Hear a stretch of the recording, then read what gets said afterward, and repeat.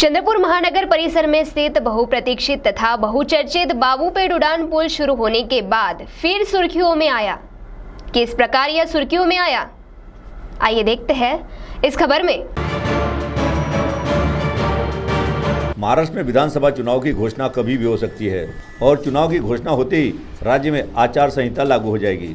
वहीं इस समय बड़ी तेजी से विभिन्न राजनीतिक दल के लोक प्रतिनिधियों द्वारा राज्य भर में भूमि पूजन, उद्घाटन, लोकार्पण तथा वस्तुओं का वितरण आदि कार्य किए जा रहे हैं और मतदाताओं को लुभाने का पूरा प्रयास किया जा रहा है। और वहीं विभिन्न विकास कार्यों का श्रेय लेने की होड़ भी लगी हुई है।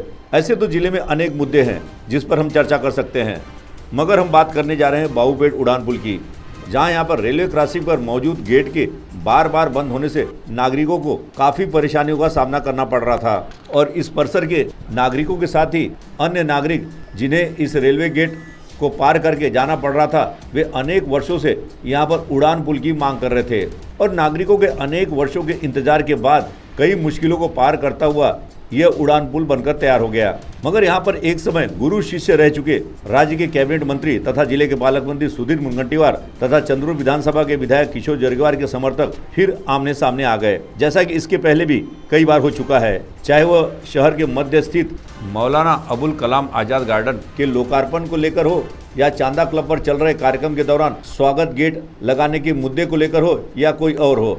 अगर हम बात करें बाबूपेट उड़ान पुल की, तो विधायक किशोर जरगेवार ने कहा कि नागरिकों के हित को ध्यान में रखते हुए हम अगले दिन इस पुल को हल्के वाहन के लिए नागरिकों के लिए खोल देंगे।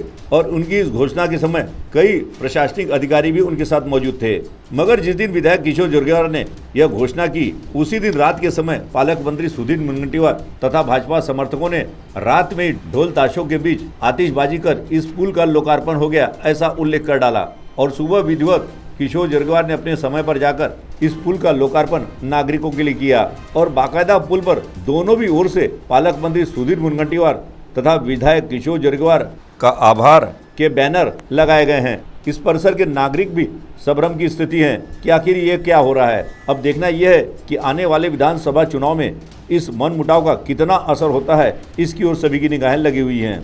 विधानसभा चुनाव पर CTV की प्रस्तुति।